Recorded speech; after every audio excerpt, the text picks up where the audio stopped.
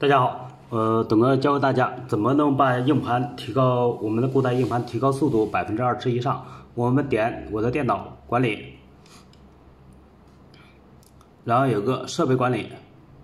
找到磁盘管理，磁盘管理右键属性，然后策略写入缓存策略，然后点第一个要点对勾，然后确定我们硬盘的速度，开机速度可以提高到20%。